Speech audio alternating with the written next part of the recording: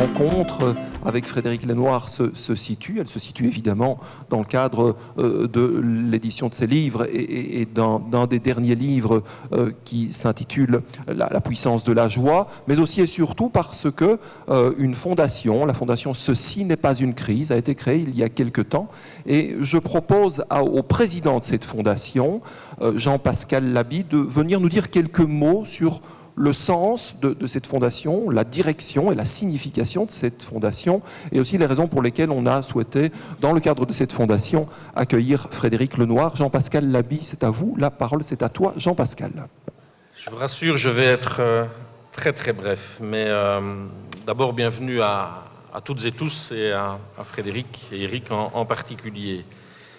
Pour entrer dans le vif du sujet, je vais vous dire la joie qui est la mienne, la nôtre, de vous accueillir si nombreux. Il semble bien que même si nous vivons à l'ère numérique, et quelque part c'est un réconfort, la foire du livre, les auteurs continuent à rassembler. Je ne serai pas très long, mais je voudrais simplement, pour laisser la parole à notre conférencier, je voudrais toutefois vous parler brièvement de ce que fait la Fondation Ceci n'est pas une crise, et surtout du lien que peuvent avoir ces activités et la conférence que nous organisons aujourd'hui. En deux mots, la Fondation Ceci n'est pas une crise, c'est quoi?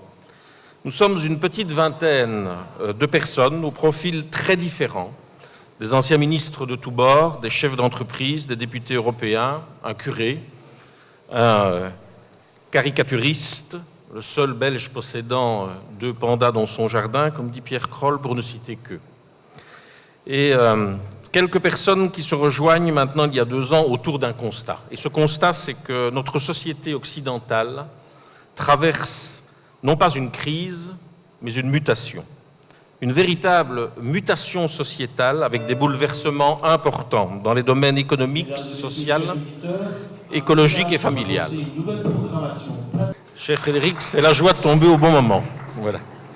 Et donc cette constatation que tous ces changements créent une perte de repères chez les individus, une perte de repères dangereuse parce qu'elle ouvre la porte à des solutions simplistes et basées sur le rejet de l'autre surtout. À cela s'ajoute, ou peut-être est-ce lié, comme le dit Frédéric dans son dernier ouvrage, La puissance de la joie, le fait que nos sociétés occidentales offrent de grands avantages, mais que nous sommes en permanence encombrés par un ego insatisfait et parasité par un mental qui entend tout contrôler.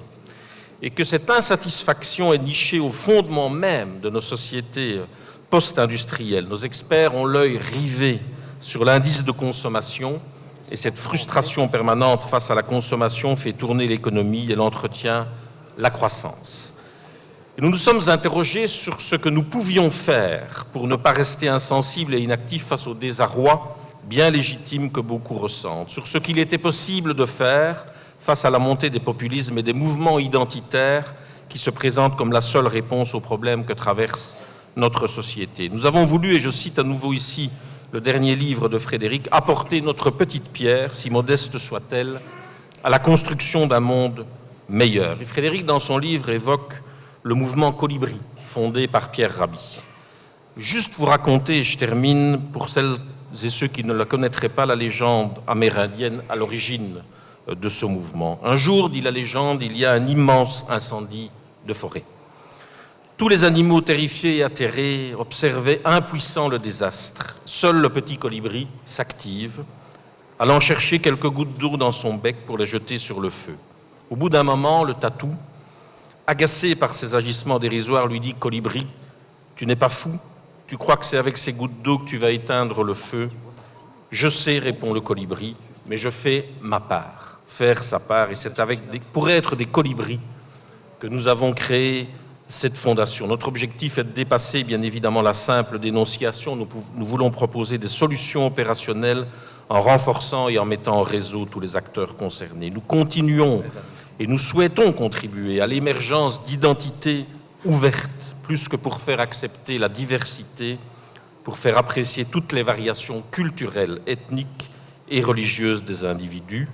Nous avons plusieurs chantiers que je vous invite à découvrir sur notre site pour ne pas être trop long ici. Et l'un d'eux, c'est faire la pédagogie des mutations sociétales actuelles et d'avoir un projet de société, notamment en portant des débats au sein du public. Et c'est donc dans ce cadre, et parce que nous pensons que le bonheur et la joie se trouvent dans le goût de l'autre, dans la curiosité face à la diversité, et dans le respect de tous, bref, dans le vivre ensemble, que nous avons le plaisir d'inviter et de recevoir, surtout Frédéric Lenoir. Merci pour votre attention et place à Frédéric Lenoir et à Eric Winen. Merci beaucoup. Merci beaucoup Jean-Pascal. Pour plus d'informations sur le site ceci n'est pas une crise.org, ceci n'est pas une crise.org. Un livre a d'ailleurs été édité récemment qui introduit, qui présente en quelque sorte la Fondation. D'autres livres sont à venir. Je suis rempli de bonheur et de joie d'être avec vous aujourd'hui, cet après-midi, avec Frédéric Lenoir, que je présenterai peut-être pas, mais que je vais quand même présenter, parce que j'imagine que si vous êtes là, c'est que vous savez qui il est. Bon, philosophe, historien des religions, sociologue, écrivain, communicateur, une quarantaine de livres, des essais, des romans, encyclopédies, mais aussi de l'écriture pour le théâtre, le cinéma, la radio,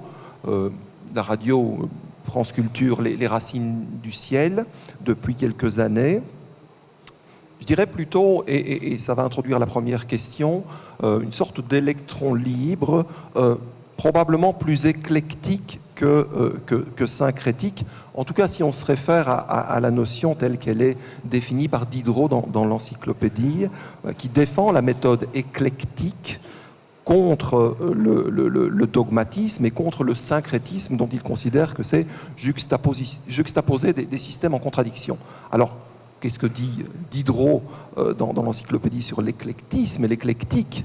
Et vous verrez que c'est en totale contradiction avec ce que des gens comme Jean-François Lyotard, par exemple, peuvent dire de l'éclectique et de l'éclectisme dans le postmodernisme.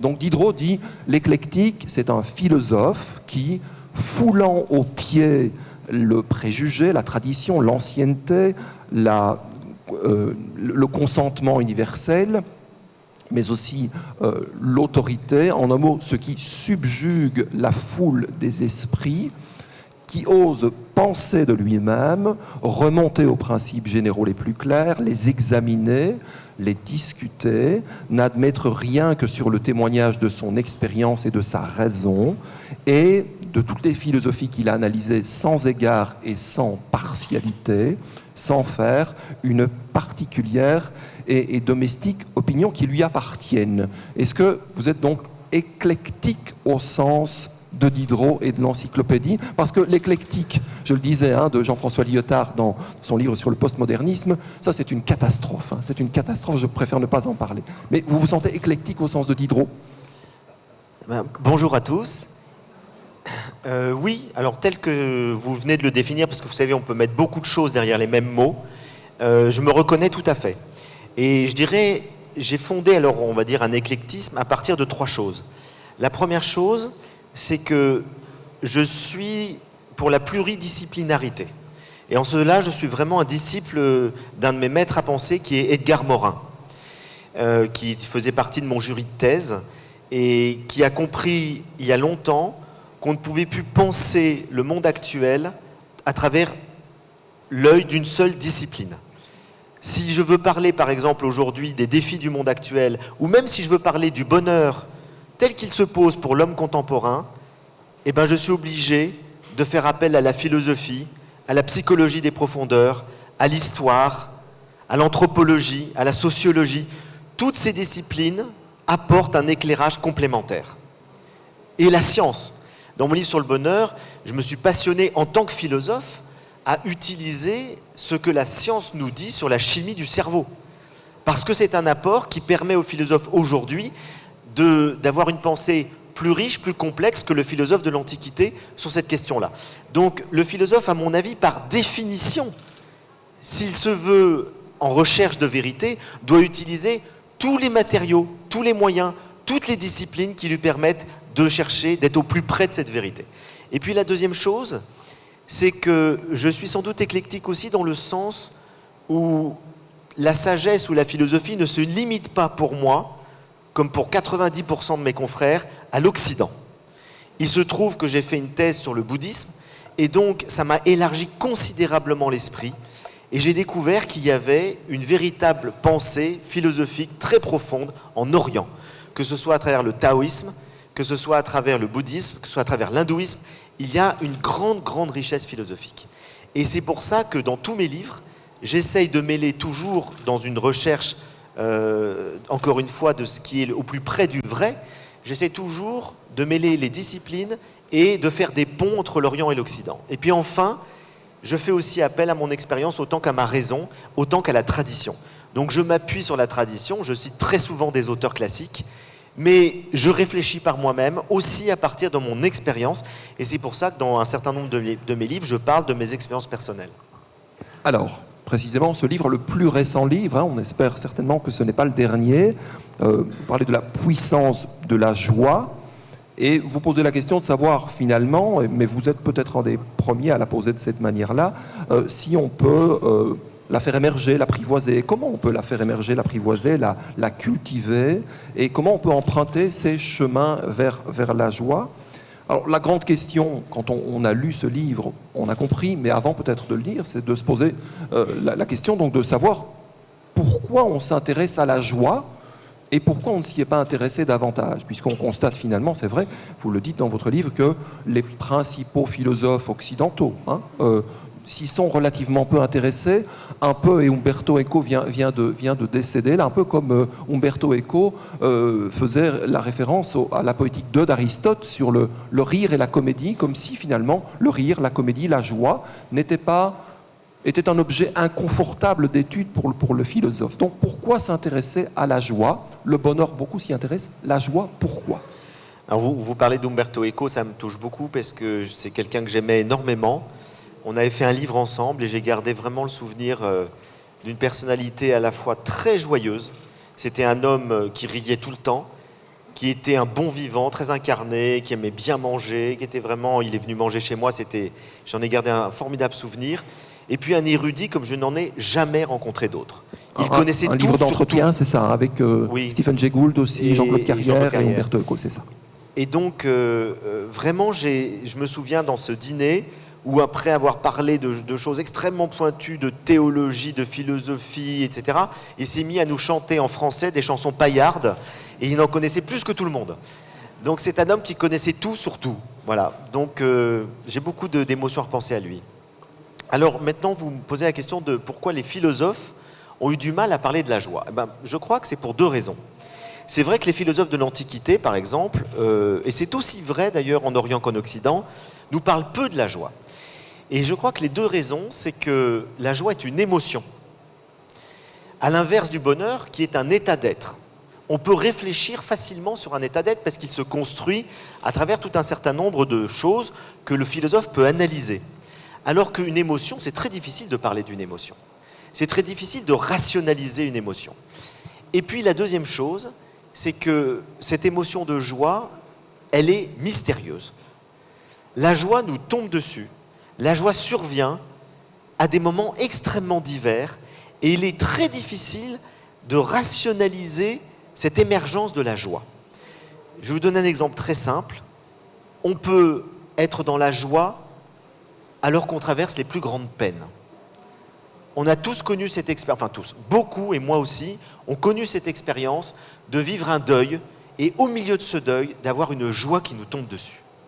Ce qui est inexplicable, ce qui n'est pas rationnel et ce qui est même presque inacceptable. Parce qu'on culpabilise de ça. Je l'ai écrit dans ce livre et depuis j'ai reçu des dizaines de mails de gens qui m'ont dit j'ai perdu mon mari il y a 6 mois, il y a 2 ans, au milieu des larmes, j'ai eu de la joie et je n'ose pas le dire à mes proches. La joie nous tombe dessus de manière mystérieuse. Et donc le philosophe a du mal à comprendre d'où vient la joie. C'est comme une grâce, la joie. Ça a une dimension spirituelle. C'est quelque chose d'inexplicable. Alors, c'est pour ça qu'il faudra attendre le XVIIe siècle pour qu'il y ait un philosophe qui essaye de donner une définition de la joie et qui en fera même le cœur même de toute sa philosophie, c'est Spinoza. Et la définition que Spinoza donne de la joie me paraît assez juste. Il dit « la joie, c'est le passage d'une moindre à une plus grande perfection ». C'est-à-dire chaque fois qu'on progresse, chaque fois qu'on grandit, chaque fois qu'on s'améliore, chaque fois que notre conscience s'élargit, chaque fois que notre cœur est touché, grandit, chaque fois que notre corps est en pleine possession de ses moyens, on est dans la joie. On pourrait dire la joie, c'est la manifestation de notre puissance vitale. Ça, c'est un point. Et puis, il y a un autre philosophe, au XIXe siècle, qui va apporter un élément différent, c'est Nietzsche. Il dira « la plus grande joie vient du consentement ». C'est lorsqu'on dit oui à la vie que la joie parfaite nous tombe dessus. Et c'est très vrai aussi. Ça rejoint ce que je vous disais sur le deuil. C'est lorsqu'on accepte une épreuve, c'est lorsqu'on dit oui à la vie, malgré tout, malgré les peines, malgré la difficulté, malgré la souffrance, que la vie va nous donner de la joie. C'est lorsqu'on aime la vie de manière inconditionnelle que la joie est là. Ça, c'est quelque chose que j'ai souvent expérimenté. Vous savez, on est avec la vie comme on est avec les êtres humains. On a tendance à l'aimer de manière conditionnelle. Je l'aime à condition que ça aille bien. Je t'aime à condition que tout se passe bien. Et on est comme ça avec la vie. Quand la vie nous sourit, on l'aime. Et puis dès qu'il y a une épreuve, on n'aime plus la vie. Et on est en colère contre la vie, on est en ressentiment contre la vie. Et il n'y aura jamais de joie. La joie vient lorsqu'on dit oui, lorsqu'on consent malgré tout. Et ce qui est extraordinaire, c'est que du coup, la joie va nous aider à traverser toutes les peines de l'existence. On pourrait dire en philosophie éthique qu'il y a deux grands chemins de sagesse. Il y a un chemin de sagesse qui recherche le bonheur à travers la sérénité, à travers la paix intérieure. C'est l'absence de trouble, ce que les Grecs appelaient l'ataraxie. Et pour ça, il faut chercher à éviter toute souffrance. C'est ce qu'on va retrouver en Orient avec le bouddhisme. Le but, c'est de ne plus souffrir, et pour ne plus souffrir, il faut diminuer l'affectivité et le désir, parce qu'il crée de l'attachement et donc de la souffrance. Et puis il y a un autre, et ça conduit de manière ultime à l'ascèse, au renoncement. C'est pour ça que le Bouddha nous dit la voie royale, c'est la vie monastique. Et puis il y a un autre chemin, qui est un chemin qui consiste à dire ne cherchons pas à souffrir, ou plutôt, excusez-moi, ne cherchons pas à ne plus souffrir. La souffrance est inhérente à l'existence. Ne cherchons pas à diminuer notre affectivité, notre désir, nos attachements.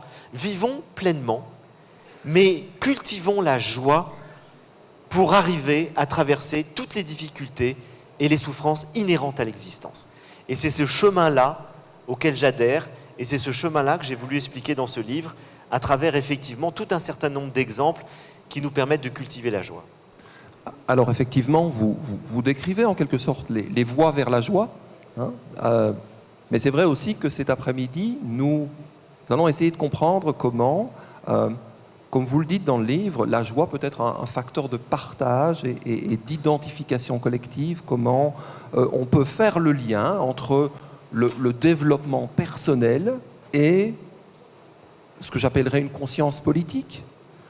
Comment on peut faire en sorte que la liberté intérieure, dont vous parlez dans votre livre, hein, la liberté intérieure peut construire une paix mondiale. Comment on peut se transformer soi-même et en se transformant, changer le monde. Comment on peut être effectivement le changement que l'on voit en soi, peut-être le changement que l'on imagine dans le monde. Comment est-ce qu'on peut faire ça parce que ça n'a rien d'évident et qu'en plus, on vit dans un monde où la joie, en tout cas une certaine joie, n'est plus présente. On vit dans des joies qui ne sont pas durables, on vit dans des joies qui sont des joies passives, dirais-je. Hein, c'est un terme que vous utilisez, vous opposez joie passive et joie active. Dans un monde qui a perdu la joie de vivre, en quelque sorte, cette joie durable-là, comment fait-on soi-même pour être, en quelque sorte, et pardon d'utiliser cette expression, mais une espèce d'acteur politique pour induire un changement collectif? Alors c'est sûr qu'on a souvent tendance aujourd'hui à opposer le bien-être individuel et le bien-être collectif. Et j'ai souvent participé à des conférences et des tables rondes où j'entends des gens me dire « Monsieur Lenoir, on n'a pas le droit d'être heureux dans un monde malheureux ». Je pense exactement l'inverse. Mais exactement l'inverse. C'est un devoir d'être heureux dans un monde malheureux. Parce que notre bonheur est contagieux. Et je réponds, cher monsieur, en quoi votre malheur va-t-il apporter quelque chose au malheur du monde ? En quoi votre tristesse va-t-elle faire évoluer le monde ? Au contraire, et Spinoza l'a très très bien montré, plus on est dans des affects positifs, de la joie, de l'enthousiasme, plus on est capable de s'engager et d'aider les autres. Donc plus on développe en nous le positif en nous, ce qui nous rend heureux, ce qui nous met dans un état, on dirait aujourd'hui, énergétique, positif, plus on rayonne autour de nous. C'est presque une loi physique. Et donc là-dessus, je pense qu'il n'y a non seulement aucune contradiction entre le bonheur individuel et le bonheur collectif, mais qu'il y a même une causalité. Plus on a d'individus heureux, plus le monde ira mieux. D'autant plus que le bonheur profond n'est pas du tout un bonheur égoïste. Et c'est là qu'il y a aussi une confusion. Parce qu'aujourd'hui, on est dans un monde évidemment très égoïste, dans lequel, à travers la publicité, les médias, on nous présente un bonheur factice, qui est un bonheur uniquement fait du consumérisme. Donc, soyez heureux parce que vous serez heureux, parce que vous aurez une belle maison, une belle voiture, une belle réussite sociale. Voilà. Mais je suis désolé, ça ne correspond pas du tout aux critères profonds du bonheur, tels que les philosophes et les psychologues et les sociologues l'analysent. Au contraire, toutes les études montrent que ce qui rend les gens le plus heureux, c'est la qualité de relation qu'ils ont avec les autres. C'est faire une activité qu'ils aiment. C'est être dans un état d'esprit qui leur permet de développer ce qu'ils ont de meilleur en eux. Et donc le bonheur profond est toujours lié aux autres, est toujours lié à une forme d'altruisme, de lien, de communion avec les autres. Ce qui fait que les gens qui n'ont aucune qualité relationnelle avec les autres ou qui sont profondément égoïstes ne sont pas profondément heureux. À l'inverse, des gens qui n'ont rien, qui sont juste au seuil où ils peuvent survivre, s'ils ont une qualité de relation avec leur entourage, peuvent être très heureux. Et j'en ai fait l'expérience, c'est là que j'ai eu un choc dans ma vie qui m'a complètement changé mon regard. J'en ai fait l'expérience à 20 ans. Je suis parti pendant 4 mois en Inde et j'ai travaillé dans un mouroir et dans une léproserie. Donc j'ai vu des gens qui étaient à l'extrême de ce que nous on considère comme le seuil de désespoir. On se dit mais si j'étais lépreux ou si j'étais dans un mouroir, je serais désespéré. Et j'ai vu les gens les plus rayonnants que je n'ai jamais rencontrés. Des gens qui étaient dans une joie de vivre incroyable. Ça m'a changé toutes mes valeurs. Et c'est à partir de là que j'ai réfléchi au bonheur et à la joie. Parce que je me suis dit, ce n'est pas du tout lié aux critères qu'on nous dit en Occident toute la journée. Je suis rentré à Paris au bout de 4 mois, je vais dans le métro parisien, je vois tous les gens déprimés.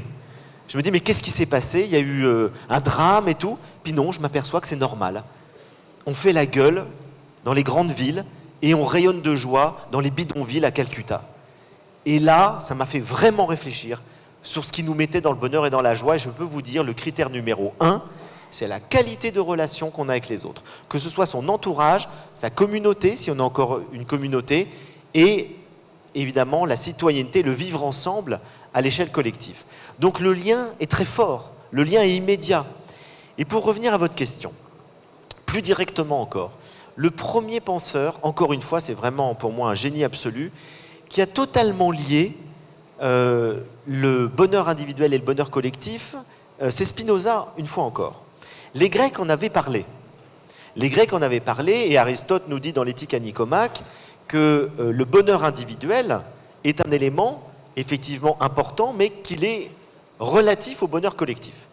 Autrement dit, le bonheur collectif est plus important que le bonheur individuel, et il ne faut pas rechercher son bonheur égoïste sans s'impliquer, sans s'engager dans la cité. Donc il établissait un lien entre les deux, mais en mettant une hiérarchie. Spinoza va d'une certaine manière inverser la hiérarchie. Il va nous dire, le bonheur individuel et collectif sont très importants, mais le véritable bonheur collectif ne surviendra que lorsque chaque individu aura trouvé son bonheur personnel. Et dans son traité théologico-politique, vous savez que Spinoza, c'est le premier penseur des Lumières. Un siècle avant les penseurs des Lumières qu'on connaît tous, Kant, Voltaire, Diderot, un siècle avant, au XVIIe siècle, il est le premier philosophe occidental à expliquer que le meilleur système politique, c'est un contrat social fondé sur un droit qui respecte la liberté de conscience et d'expression. Donc il fonde notre modernité politique.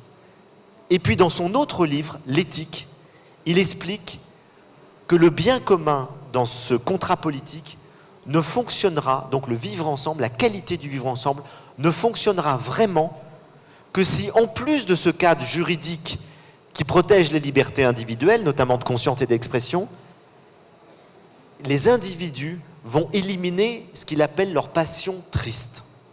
C'est parce que chaque individu aura lutté à l'intérieur de lui pour éliminer la colère, la peur, la tristesse, la jalousie, l'envie, tout ce qui crée les conflits, que le monde ira mieux. On pourra vivre ensemble de manière qualitative, pas uniquement parce qu'on aura encore une fois des lois qui nous permettent de vivre ensemble, mais aussi parce que chaque individu sera dans un état d'enthousiasme, de joie, d'envie positive qui lui permettra de s'engager dans la cité de manière personnelle en étant libre, en n'étant plus l'esclave de ses passions mauvaises. Et donc, le travail de libération intérieure, puisque Spinoza nous dit on ne naît pas libre, on le devient, et on le devient à travers un long travail d'introspection, de connaissance de soi, de travail sur soi, pour sortir de la peur, de l'envie, de la jalousie et de toutes les illusions que nous avons.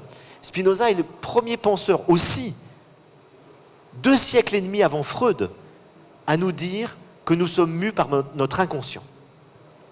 Et que tout ce que nous croyons faire librement, en fait, nous le faisons en suivant nos affects, nos instincts, nos pulsions, nos passions, nos émotions.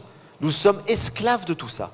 Et c'est par un travail rationnel que l'on va découvrir tout cet univers de nos affects et qu'on va pouvoir se libérer de ce qui fait que certains de nos affects sont mal orientés parce qu'ils sont liés à une idée erronée. Et là, c'est l'explication, j'en dis un petit mot parce que c'est très intéressant, entre les joies passives et les joies actives. Parce que Spinoza nous dit qu'il y a 2 types de joies. Il y a des joies passives qui sont liées à une idée erronée. Par exemple, vous pouvez avoir de la joie à tuer quelqu'un parce que vous êtes convaincu qu'en faisant ça, vous faites le bien. Les terroristes d'aujourd'hui, les grands inquisiteurs, ils tuent quelqu'un avec joie en se disant « c'est pour le bien ». Mais Spinoza nous dit c'est lié à une idée erronée. C'est cette idée erronée qui leur cause une joie qui sera de courte durée parce que s'ils savaient ou s'ils apprennent un jour la vérité, s'ils sont dans la raison et non pas dans cette illusion ou dans cette idéologie, à ce moment-là, leur joie se transformera en tristesse. Alors qu'une joie active, c'est une joie qui est liée à une idée adéquate, à une idée juste. Le meilleur exemple qu'on peut avoir, c'est dans la vie amoureuse. Lorsqu'on rencontre quelqu'un, Spinoza nous dit la plupart du temps, c'est une joie passive. C'est une joie passionnelle. Le mot passion vient de passif. C'est une joie passionnelle. On est touché, ému, transporté, mais parce qu'on projette sur la personne un tas de choses illusoires. À cause de toutes les relations qu'on a eues avec papa, maman, vous savez, c'est toute notre histoire affective qui se joue dans chaque rencontre. J'ai un ami psychanalyste qui me dit chaque fois que 2 personnes qui tombent amoureuses se retrouvent pour la première fois dans un lit ensemble, il y a 8 personnes dans le lit. Il y a les 2 amoureux, il y a leurs 2 parents respectifs et il y a les 2 conjoints d'avant. Et tout ça se joue dans la relation amoureuse. Puis au bout de 6 mois, on connaît l'autre et on se dit il y a eu erreur sur la marchandise. Et en fait, Spinoza nous dit il n'y a pas eu erreur sur la marchandise. Vous vous êtes vous-même illusionné. Parce que vous êtes rentré en relation avec l'autre, ce qui vous a donné une joie formidable, parce qu'il y a un amour, mais vous êtes rentré en relation avec un tas d'idées inadéquates. C'est-à-dire toutes les illusions que vous avez projetées sur l'autre parce que vous attendez le prince charmant, etc. Et donc, il faut qu'ensuite, quand on connaît l'autre véritablement, la joie, ou elle va se transformer en tristesse, on est déçu, on est désillusionné, ou alors, elle se transforme en joie active. On aime l'autre tel qu'il est, en le connaissant vraiment. Cette distinction, elle est fondamentale. Et donc, Spinoza nous dit, tout le travail de la vie, c'est de passer des joies passives aux joies actives. C'est donc un travail de connaissance, un travail de vérité.